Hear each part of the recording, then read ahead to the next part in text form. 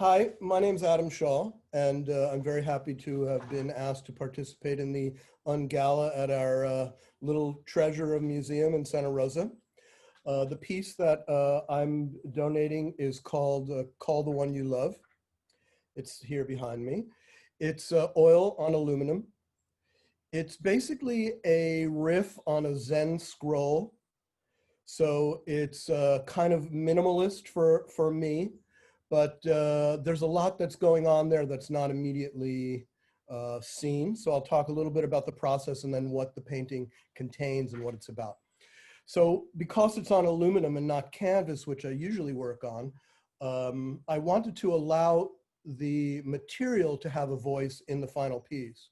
So what I did was I scraped the aluminum, covered it with paint, scraped it again, covered it with paint, scraped it, and little by little into all the nooks and crannies of the aluminum itself, paint like wound up being deposited. So it's not like super thick painting, but it does have lots going on in terms of texture and buildup of surface. It's, as I say, a riff on a Zen scroll, and it contains some of the motifs and themes that I work on a lot, which are physics, Buddhism or Eastern spiritual teachings, black holes, transience. There's a lot of text buried in the painting. Some of the text is from Einstein's field equations and equations about black holes.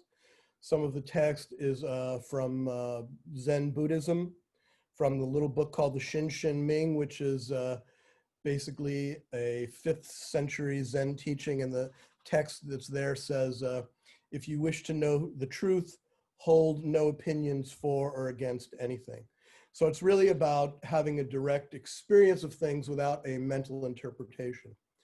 The flowers, which are a motif that I use all the time, represent transience, the fact that everything is always becoming or disappearing, but is never in a static state.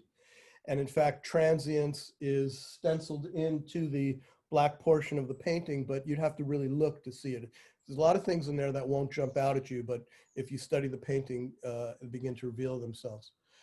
There is a black hole, which for me, the black hole it's kind of one of the most interesting phenomena, both literally and metaphorically.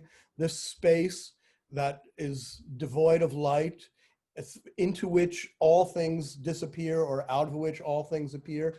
Nobody's ever really seen them, but we know they're there. It's just a very provocative thing. And then the other motif in the paintings that I use a lot is these shapes that look like boats or vessels. And to me, they represent or metaphors of the body that we are incarnated in this life, and that we're passing through this space. So the field equations create this motif of space, time, and matter within them.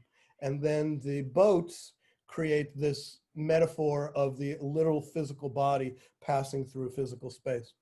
And then up in the upper left of the painting, I have these little squares, each one of which is like a little Zen painting.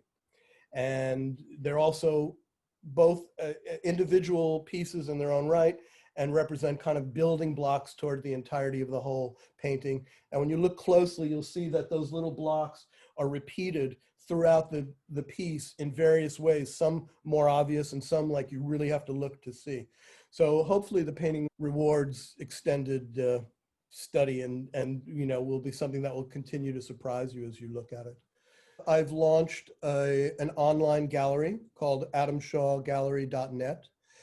And there I'm offering prints of my past body of work, as well as some new work, original oil paintings. The reason that I did that was because I've always felt that I want people to be able to collect art, regardless of how much money they have. I became a painter because I wanted to collect art and couldn't afford to buy art, so I decided that I would make art. And not everybody takes that path or has that skill or inclination, but everybody can come up with $100 to buy a painting. Not everyone can come up with $10,000 to buy a painting.